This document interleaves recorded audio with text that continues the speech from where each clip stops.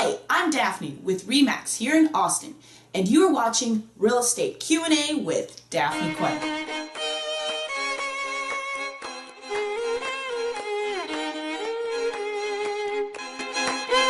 So I was recently talking to some past clients of mine who bought a condo not too long ago, and I was telling them how I'm starting a video series and how I need some ideas. So I asked them, I said, what was one of your biggest questions when you were going through the home buying process? They said, we didn't know what the heck an HOA was. And they said, could you explain that a little bit further? And I said, yes, I can. In fact, I've got your answer right here. So an HOA or a POA is an acronym that stands for Homeowners Association or Property Owners Association. But for our purposes, we'll just say HOA. So any group of property owners in a given subdivision can come together to form an association.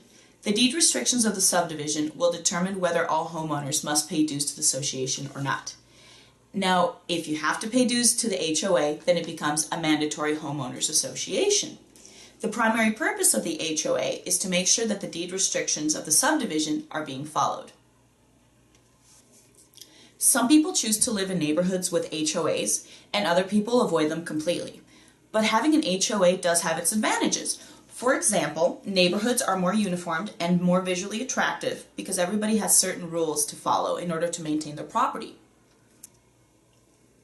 Now, depending on how strict an HOA is, residents are generally prohibited from parking and repairing cars in the front yard or in the street.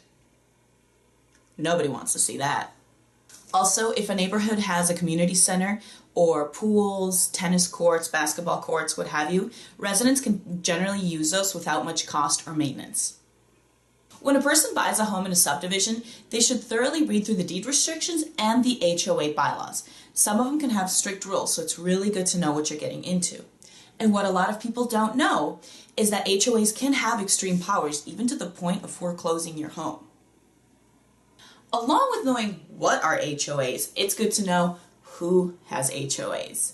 So pretty much all condo as well as townhome complexes have them, as well as subdivisions or neighborhoods built after 1990. That pretty much covers HOAs. Of course, there's a bit more to know, but I think that's a pretty good base to start with, and at least now you know what they are.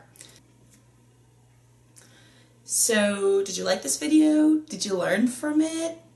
Do you feel fulfilled? Did you not understand it? Do you still have burning questions? Whatever the case may be, please leave me a message or a comment at the bottom or send me a message and I'll be more than happy to get back to you. Anyway, thank you so much for watching. You just watched Real Estate Q&A with Daphne Quay.